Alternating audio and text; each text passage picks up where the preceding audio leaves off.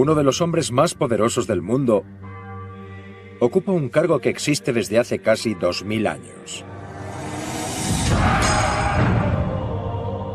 Aunque el mundo cambie y la fe evolucione, su autoridad perdura. Lo que comenzó con un apóstol se ha convertido en 1.200 millones de fieles seguidores de un hombre.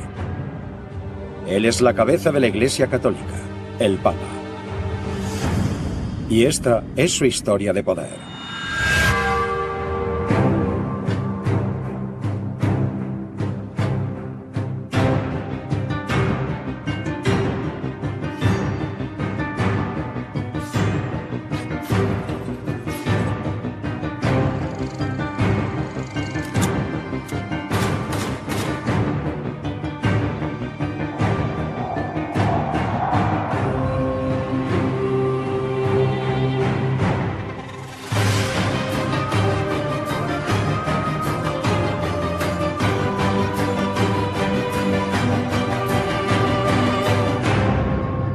En este episodio veremos qué pasa cuando un papa amenaza una tradición de 2000 años, dejando a dos hombres al mando de un cargo divino, por primera vez en 500 años.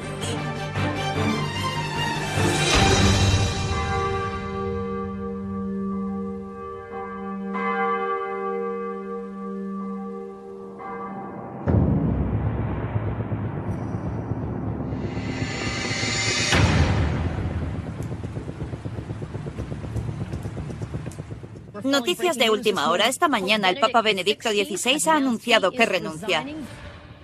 Por primera vez en 600 años, un papa renuncia. Me quedé estupefacto cuando Benedicto renunció. No me lo esperaba. La renuncia de Benedicto fue algo sorprendente. En los últimos 2000 años, solo otros 4 papas han renunciado. Con total libertad declaro mi deseo de renunciar al ministerio del Obispado de Roma, sucesor de San Pedro encomendado a mí por los cardenales. Se anunció de una forma extraordinariamente cómica. Se anunció en una audiencia papal en latín y al mirar alrededor de la sala se ve que nadie estaba entendiendo lo que decía. Fue algo increíble. Planteó muchas dudas. ¿Qué pasaría ahora?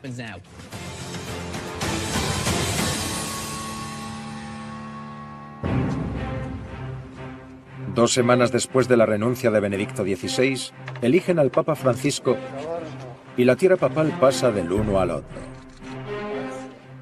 Tenemos 2 papas, pero solo uno lo es. El problema de tener 2 papas es que tienes que decidir a quién escuchar. Benedicto tenía 85 años cuando renunció. Heredó el caos financiero, heredó el caos de los abusos sexuales, heredó un caos administrativo. Benedicto renunció porque se dio cuenta de que esos problemas eran demasiado complicados para él. Esto no es como otra institución. La estableció Dios, así lo creemos. Y este hombre está renunciando a todo eso. Eso no es lo que hace un papa. Durante 2000 años, el legado de San Pedro ha sido un cargo divino que ha pasado de un papa al siguiente. Pero, ¿pueden 2 hombres ostentar de forma legítima un solo cargo divino?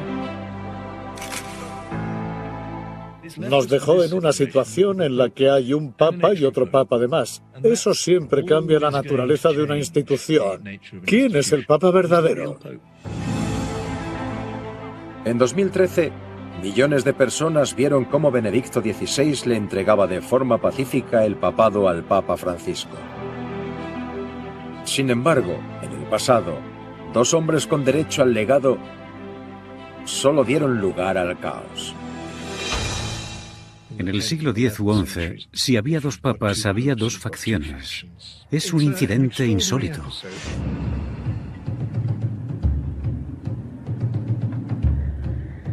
Benedicto IX era un adolescente. Era el miembro idóneo de una familia poderosa de Roma que gobernaba la ciudad. Querían que fuese papa por interés económico y para ganar nuevos territorios.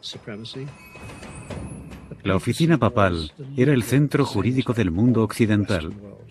Si un rey necesitaba una dispensa para casarse con la mujer de su hermano, o si alguien quería comprar una parroquia, tenían que conseguir el permiso y pagar una tasa a Roma. Eres tremendamente poderoso. Tienes una gran responsabilidad. Pero a Benedicto, de 19 años, no le interesaba la democracia o el servicio al público. A él solo le interesan los privilegios del poder. Benedicto es alguien a quien hace el Papa simplemente para enriquecer a su familia seglar. No es alguien que tuviese ningún tipo de autoridad espiritual, ni tampoco formación espiritual. El nepotismo suele producir un grupo de parásitos ricos que viven a lo grande y que son parte del clero. Era un incompetente. Su moralidad estaba comprometida en muchos aspectos. Benedicto estaba involucrado en robos y asesinatos. Utilizaba su posición para ganar en riqueza a costa del pueblo de Roma. En el año 1044, los cardenales ya están hartos. Resuelven que la Iglesia necesita un líder espiritual y político de verdad. Hay que hacer algo.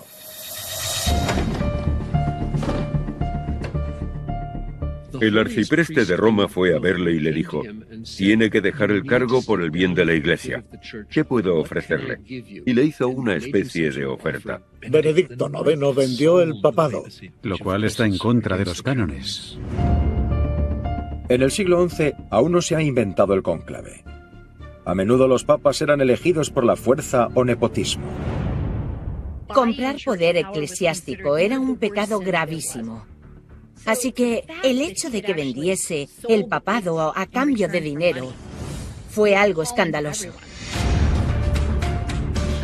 Por primera vez en la historia, un papa renuncia a cambio de dinero, lo que catapulta el papado al mundo de los negocios sucios de la política. El papado se convierte en un peón de la política del centro de Italia. Pero, aunque el joven papa acepta el soborno de los cardenales, esta no será la última vez que el mundo oiga hablar de Benedicto IX.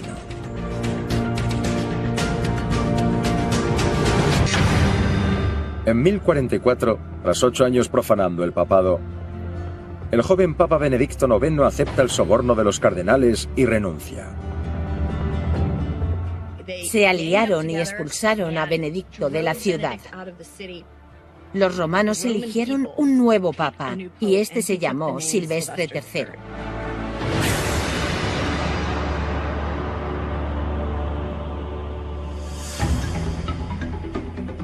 Unas semanas después de haber concedido el papado a Silvestre, el expapa Benedicto IX y su familia deciden que quieren recuperar el trono.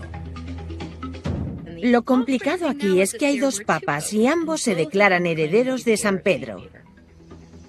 Benedicto, sin embargo, tenía una familia más rica que la de Silvestre, así que su familia lo apoyó. Le dio un ejército y marchó de vuelta a Roma, donde expulsó a Silvestre III. Esto desconcierta a cualquiera y se aleja muchísimo de los apóstoles y de cómo cualquier líder cristiano debiera ser. Pero así era la Iglesia. Se trataba de poder espiritual mezclado tristemente con poder terrenal.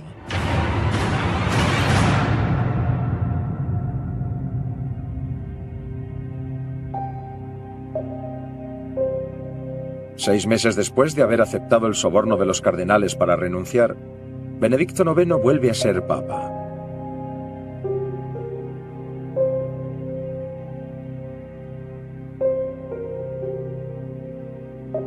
Ahora los papeles se han intercambiado. Benedicto está en Roma y Silvestre III exiliado, pero ambos siguen afirmando ser el papa. Benedicto IX fue el primer papa que volvió. Hubo que decidir cuál era el verdadero. Debido a que la lealtad de Roma estaba dividida entre Benedicto y Silvestre, la Iglesia se enfrenta a una crisis de fe. ¿Cómo se decide quién conserva el legado de San Pedro? Los romanos no tardarán en saberlo. Un mes después del comienzo del segundo periodo de Benedicto IX, este complica aún más las cosas. Benedicto, como impetuoso joven que era, decide que no quiere seguir siendo papa. Ya estaba harto. Quería casarse. Le entrega el papado a su padrino, que se convierte en el Papa Gregorio VI. Luego ocurre lo realmente escandaloso. La querida de Benedicto al final decide no casarse con él y este quiere recuperar el papado. Gregorio VI contesta: no, el Papa soy yo. Silvestre III, que aún está en las afueras de Roma, dice: no os olvidéis de mí. Así que tenemos tres papas y nadie que indique quién es el más legítimo. Las facciones de Benedicto, de Silvestre y de Gregorio luchan en las calles de Roma para decidir quién es el legítimo heredero del trono papal. Y al final, la adinerada familia de Benedicto IX vuelve a ganar.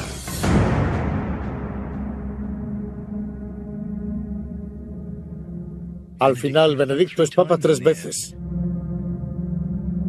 Tras el pontificado de Benedicto, la Iglesia cae en picado. Se han destruido los fundamentos espirituales del papado. Esto es un serio problema para la Iglesia y hay que solucionarlo. En julio de 1048, Benedicto IX es expulsado de una vez por todas. Los cardenales deciden consolidar el poder papal e ignorar las reivindicaciones al trono de Silvestre y de Gregorio, despejar el camino y elegir a un nuevo papa. Uno de los problemas del siglo XI es que no había una forma clara de elegir al papa. Normalmente esto se decidía por asesinato, soborno o parentesco. A veces los hijos de papas llegaban a ser papas. Y elegir a un papa era algo muy oscuro y nada agradable de ver. Es evidente que el papado puede ser de quien tenga más poder militar para conseguirlo. Los cardenales se dan cuenta de que deben consolidar unas reglas para elegir al papa. Se reúnen para intentar resolver de una vez este problema. Y el resultado se convierte en uno de los emblemas más conocidos del papado. En el siglo XII, los cardenales, que eran el clero de Roma, crearon lo que llamaron un colegio, y tras eso los cardenales elegirían al papa en público. Eso regularizó las cosas, pero claro, siempre se pueden amañar unas elecciones. Tras casi 200 años de elecciones públicas amañadas, se crea lo que se conoce hoy en día como el cónclave. La palabra cónclave en latín significa bajo llave e indica que se encierra a los cardenales para evitar la influencia política del exterior. Desde 1274, las elecciones papales se hacen en secreto. A los cardenales se les aparta del mundo, se les encierra y votan una y otra vez. Y al final aparece ese famoso humo blanco. Hace 700 años que las elecciones papales se realizan de esta forma. Encierran a los cardenales en el Vaticano y votan una y otra vez hasta alcanzar una mayoría de 2/3. Los votos de cada ronda se queman para que nadie pueda ver quién ha votado a quién. De ahí viene el humo. En la Edad Media los cardenales añadían paja húmeda a los votos para crear el humo negro que significaba que no se había elegido a nadie. El humo blanco, símbolo de acuerdo, se conseguía quemando solo los papeles. Hoy se añaden productos químicos a los votos para dar color al humo. Los cónclaves actuales suelen durar solo unos días. Pero en el siglo XII podían durar meses.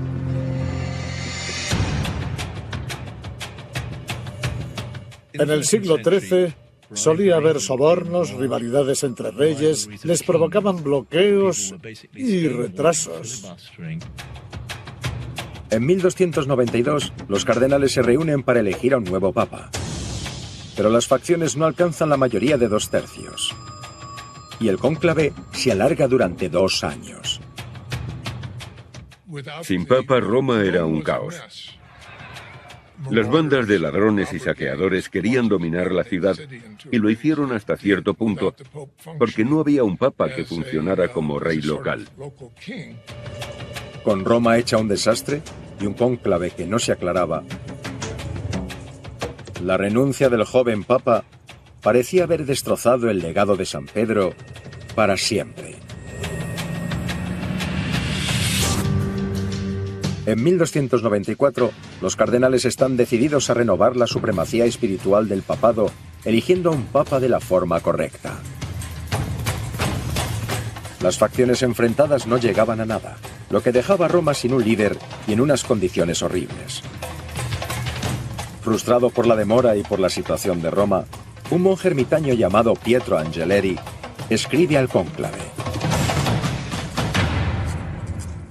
Es un ejemplo de esos chiflados que viven en las montañas y se alimentan a base de alubias y que solo leen los evangelios.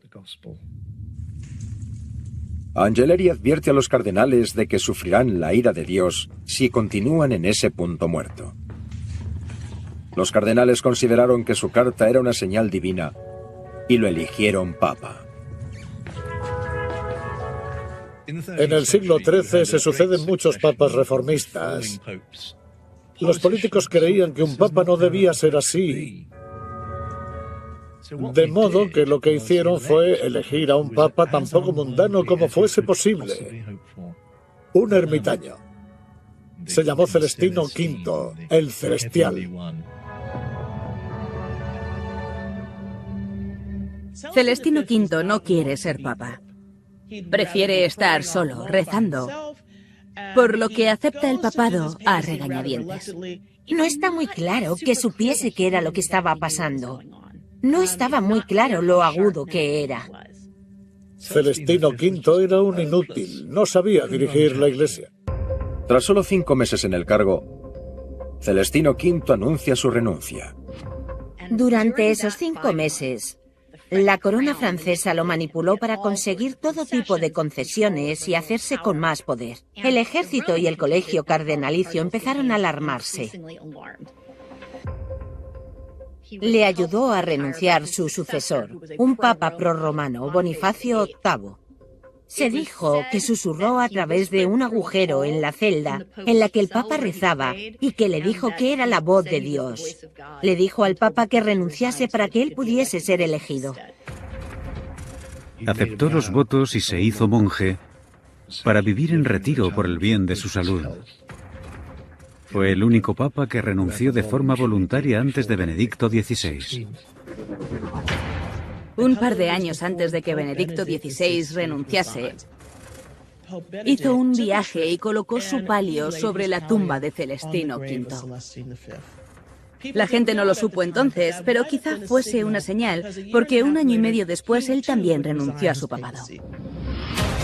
Pero a pesar de que Celestino V renunciase de forma pacífica, y debido a la violencia y la inestabilidad que provocó la renuncia de Benedicto IX 250 años antes, el nuevo papa debe asegurarse de que nunca más se oiga hablar de Celestino.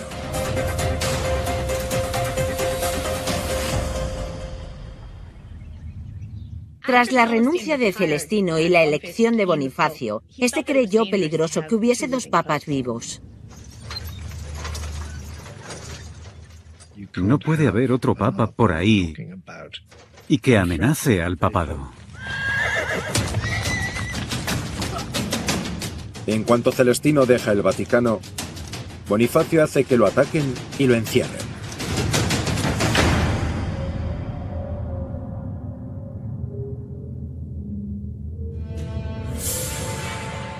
No quiere que Celestino hable con nadie.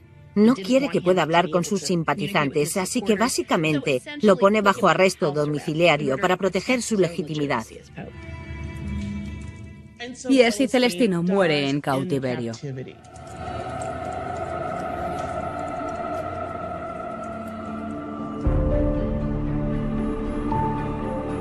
En el siglo XIII, sin embargo, un expapa no es la única amenaza a la que se enfrenta el Papa. En una época en la que la línea entre Iglesia y Estado está difusa, los reyes conforman una amenaza igual a la de los expapas. Siempre ha sido difícil saber quién estaba al mando, el rey o el Papa. Parte de esos tiras y aflojas y de esas luchas con el papado tienen que ver con que éste se encontraba en Italia. Italia aún no es un país, era de quien la quisiera. Los normandos tenían una parte, los francos otra, los alemanes otra. Siempre estaba en disputa. Así que si querías controlar una parte grande de Italia, tenías que tener al Papa de tu lado. Si quieres reclutar un ejército, necesitas la bendición del Papa. Debido a lo volátil de las políticas en la Europa de la Edad Media, el papado se hace dependiente de las monarquías que lo rodean para tener estabilidad y viceversa. El Papa no tenía un ejército, no tenía más arma que su persuasión moral. Así que es por eso, por lo que los primeros papas hacen alianzas con líderes seculares. A finales del siglo XIII, el monarca con más poder de Europa es el rey Felipe IV de Francia. Había manipulado al Papa Celestino para conseguir dinero y tierras. Pero tras la renuncia de Celestino, el nuevo Papa Bonifacio VIII ya no era tan fácil de manipular. Cuando Bonifacio se convirtió en Papa, vio la influencia francesa como algo que había ido más allá de los límites, así que se posicionó básicamente como un Papa antifrancés. Así que Felipe y Bonifacio tuvieron muchos choques de poder. Bonifacio empezó a utilizar un lenguaje muy grosero al hablar del poder del papado. Esta es una carta que le escribió al rey Felipe IV de Francia. Dice: escucha, hijo. Empieza así literalmente: hijo. Dios nos ha puesto por encima de reyes y reinos. No dejes que nadie te convenza de que eres superior. Con este lenguaje tan específico, le decía que el Papa tenía control sobre el rey. Pero el rey Felipe tenía sus planes, y no iba a dejar que un papa insubordinado se interpusiera en su camino. Tras la renuncia del papa títere Celestino V en 1294, el rey Felipe IV de Francia está decidido a reafirmar su poder sobre el papado. Sin embargo, el nuevo papa, Bonifacio VIII, se niega a someterse al codicioso monarca. Felipe IV sube al trono en un tiempo en el que las contiendas se ganaban comprando ejércitos y, como otros monarcas, necesitaba más y más dinero. Y la Iglesia es muy rica. Por eso, cuando Bonifacio muere, el rey Felipe se encarga de que se elija al papa que le dará lo que quiere. Les dijo de forma muy clara a los cardenales que prefería a ese candidato francés en particular. No fueron unas elecciones fáciles. Pero al final, los franceses se impusieron y ganaron. Fue papa un prelado francés que se llamó Clemente V.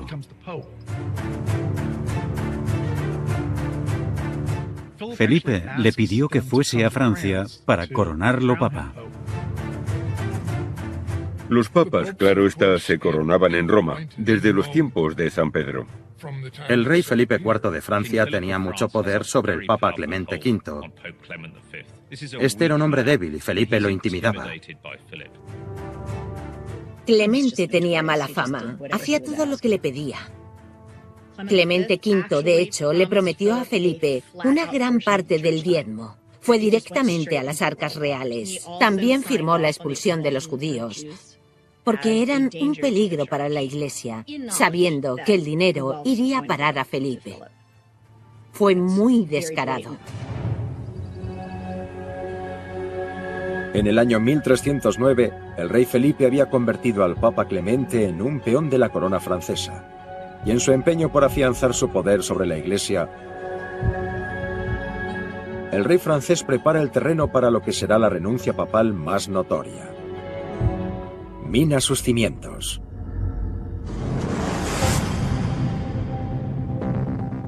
Pedro está enterrado en la colina del Vaticano y la Basílica de San Pedro está construida sobre su tumba.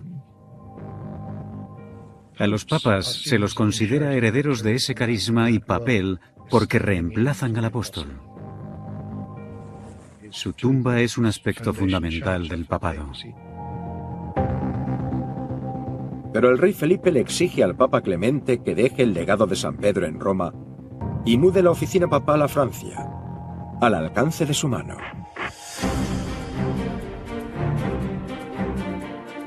Al final, el Papa se instala en Aviñón. En lugar de estar en un entorno en el que el Papa pudiese actuar de forma independiente y forjar alianzas con quien quisiera, ahora está instalado en un país y bajo el claro control de un rey. Eso fue lo que deformó al papado. Es como si Washington DC se levantase y dijera, ahora Manhattan va a ser la capital de todo Estados Unidos. Por primera vez desde que se inventó el cónclave, la persona con poder sobre la Iglesia no es un elegido de Dios,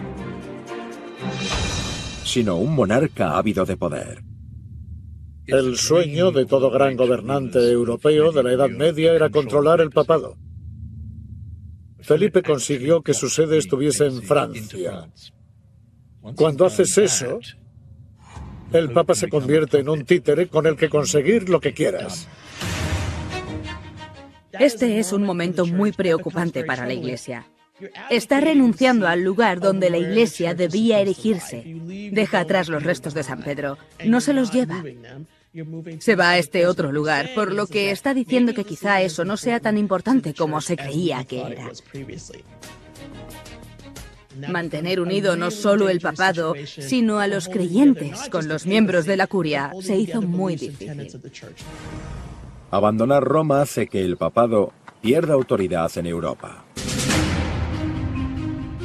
Pero una vez que la Iglesia se establece en Francia, el Papa Clemente V se da cuenta de que, a pesar de estar a mucha distancia de los restos de San Pedro, el lugar tiene sus aspectos positivos. Hubo un tiempo en el que se hizo evidente que habían abandonado la espiritualidad para disfrutar de lo material. El colegio cardenalicio, que también se había instalado en Aviñón, tuvo muy mala fama por vivir de forma suntuosa, por dar banquetes que duraban días y por gastar el dinero de la Iglesia en ellos mismos. Pero el papado funcionó. Aviñón está al sur de Francia, mucho más al centro de Europa que la península de Italia. Fue eficaz, tuvo una buena burocracia. Fue algo positivo del papado en Aviñón. El problema estaba en que no tenía la tumba de San Pedro. ¿De qué sirve un papa que no está asentado sobre la tumba de San Pedro? A pesar de estar muy lejos de los cimientos espirituales del papado, el Papa Clemente V se queda en Francia y sigue dirigiendo la Iglesia con el rey Felipe hasta que ambos mueren en 1314. Su sucesor y el de este establecen su papado en Aviñón. El papado estaba bajo el yugo del rey de Francia. Durante mucho tiempo fue un instrumento de la corona francesa, y casi todos los cardenales que formaban parte del colegio cardenalicio eran en esa época franceses. En 1347 parecía que el papado se había convertido en un peón de la corona francesa para siempre.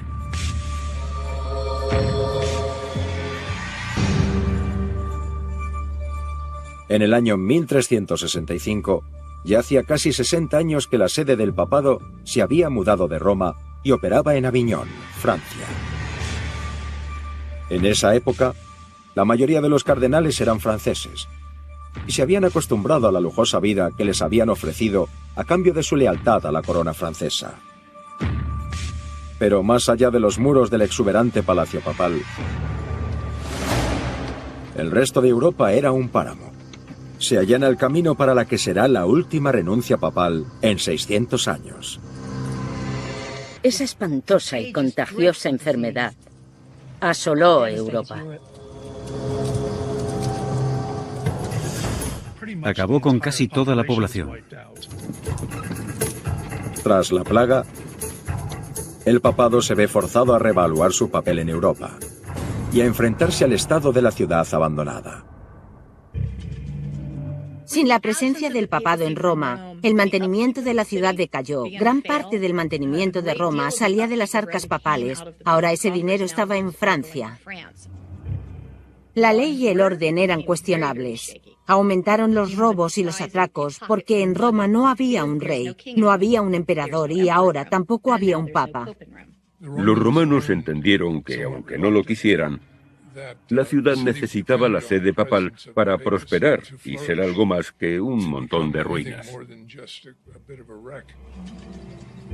Harto de estar a resguardo en Aviñón, el Papa Urbano V cree que el papado ha perdido su rumbo espiritual y que debe regresar a los restos de San Pedro en Roma.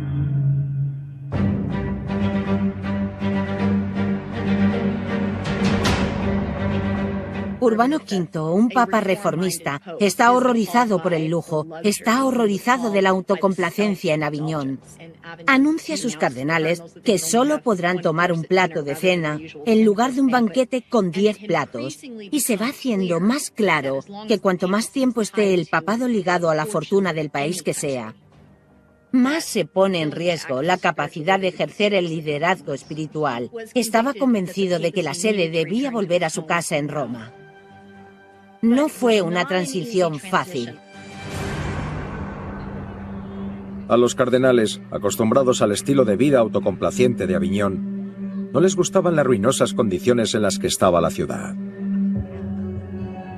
Pero el Papa Urbano V y su sucesor, otro francés, Gregorio XI, se mantuvieron firmes en su convicción de que el papado debía estar sobre la tumba de San Pedro. Hay mucha animadversión por tener que ser más austeros, lo que creo que demuestra el tipo de vida entre algodones y apartada que tenían en Aviñón, cuando Europa había sido asolada por la peste. Toda la estructura social había cambiado. En algunos sitios murió el 90% de la población. Pero lo que más le preocupaba al colegio cardenalicio es que no van a cenar suficientes platos. Así que sientes que durante el papado de Aviñón se ha perdido el enfoque de lo que la Iglesia debería estar haciendo. Cuando el Papa Gregorio XI muere en 1378, muchos de los cardenales se preparan para volver a Aviñón. Pero los romanos, exasperados, piden al Papa que demuestre que no sirve a Francia y que vuelva a los principios de la Iglesia que conocían.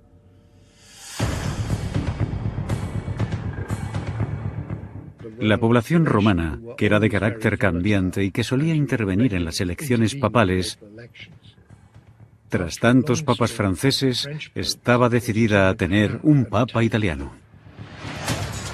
El cónclave de 1378 se encuentra con una muchedumbre enfurecida de romanos en el exterior del Vaticano que exige que se renueve la institución en su amada ciudad. Aunque los cardenales echan de menos su vida en Francia, están preocupados por lo que pueda pasar si los romanos no consiguen lo que quieren. Así que se elige a un papa italiano, Urbano VI.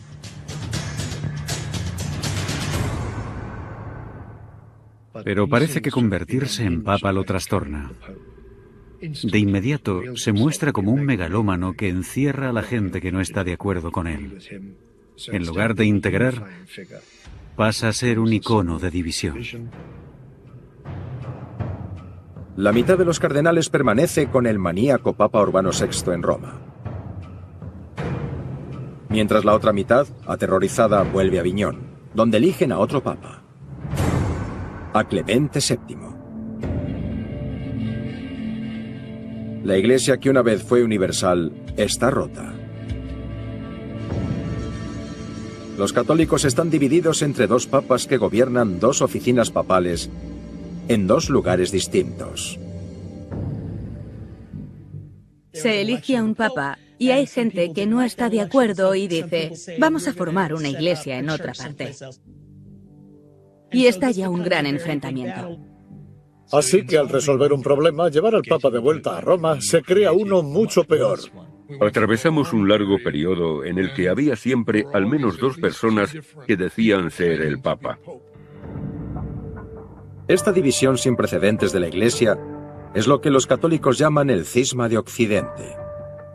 Hay papas que dicen yo soy el Papa y otros que se definen como antipapas porque hay gente que no los cree. ¿Quién es el antipapa? ¿Quién es el verdadero Papa? Durante casi 40 años, la Iglesia está dividida. Y los católicos están obligados a decidir quién es el verdadero heredero del legado de San Pedro.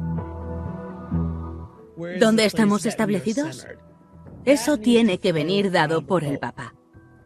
¿Qué haces si hay dos papas? La situación es un problema para la Iglesia y hay que solucionarlo.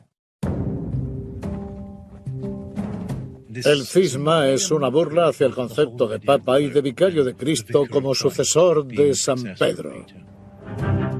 Si solo hay un San Pedro, solo hay un legado que puede ser aceptado solo por un hombre. Que haya dos papas es una clara señal de que se han abandonado los cimientos espirituales del papado. Es imposible tener dos papas. Es algo demoledor para la cristiandad. Los reformistas dijeron, tenemos que hacer algo. En 1415, con el futuro de la Iglesia pendiente de un hilo, los cardenales de ambas sedes buscan una solución. Convocan un Consejo General en Constanza. Y a los papas en cuestión se los destituye o se les invita a renunciar. Ambos papas, el romano Gregorio XII y Benedicto XII de Aviñón, son obligados a dimitir. En 1415, el Papa Gregorio XII será el último que deje la oficina papal con vida hasta 2013, cuando el Papa Benedicto XVI anuncia algo impactante.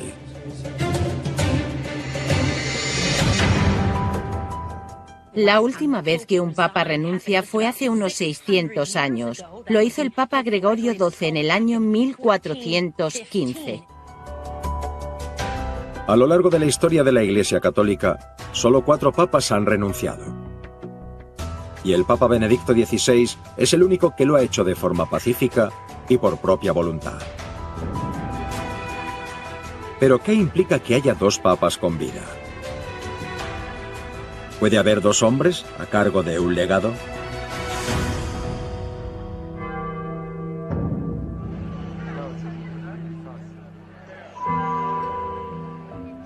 Sorprendió a todo el mundo, sorprendió a católicos y no católicos. Contrastó drásticamente con Juan Pablo II, quien insistió en seguir siendo papa hasta su último aliento. En 2005, tras 27 años de pontificado, el Papa Juan Pablo II fallece tras una larga y pública lucha contra el Parkinson. De alguna forma, la renuncia era un comentario crítico a los últimos 5 o 6 años de su predecesor. Un revés a toda la teología papal debido a su evolución actual. La idea que Juan Pablo II provocó era la del pontificado como una cruz que se lleva a hombros y de la que no puedes liberarte. Benedicto dijo, a ver, es un trabajo, si no puedes hacerlo, deja que otro lo intente. Al renunciar por su avanzada edad, el Papa Benedicto XVI hace un claro comentario sobre la divinidad de la oficina papal. Creo que sirvió para que cualquier persona en un cargo de autoridad o poder recordase que no todo gira en torno a ellos, sino en torno a la efectividad. ¿Estoy sirviendo a la comunidad y a la Iglesia como debo? Lo que hizo Benedicto al renunciar fue facilitar que los siguientes papas pudiesen decir, tengo 80 años, no voy a quedarme hasta caer muerto en esta oficina. Es una mentalidad muy de director ejecutivo. Al bajar del helicóptero, Francisco da gracias a los pilotos y al ver a su predecesor se dirige hacia él para abrazarlo. Este es un momento histórico. No hay precedentes. La renuncia de Benedicto fue voluntaria y por decisión propia.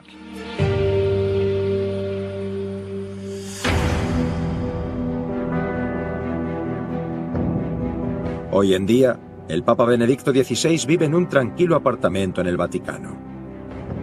Entregó la Santa Sede de forma pacífica al Papa Francisco, dejando las luchas de poderes del pasado atrás. El mejor regalo que se le ha hecho al papado ha sido la renuncia de Benedicto XVI, porque ha hecho que el papado no sea un callejón sin salida. Si miramos hacia el futuro, cuando cualquier papa empiece a ser mayor o a tener dificultades, el interrogante de la renuncia siempre estará en el aire. Francisco también ha hablado sobre renunciar, pero nunca sabe si lo dice en serio. Es un hombre bromista, tiene una agenda y es un hombre mayor. Creo que querrá acabar sus tareas, pero puede que haya aprendido la lección de ver cómo Juan Pablo II acabó no siendo de utilidad. Sería interesante que ahora los papas dijesen: he aportado mi granito, que ahora lo aporte otro. Al anunciar su renuncia voluntaria, el Papa Benedicto ha sacudido los cimientos de la oficina papal. Si el Papa Francisco también renuncia, una institución de 2000 años de edad podría cambiar de forma radical para siempre.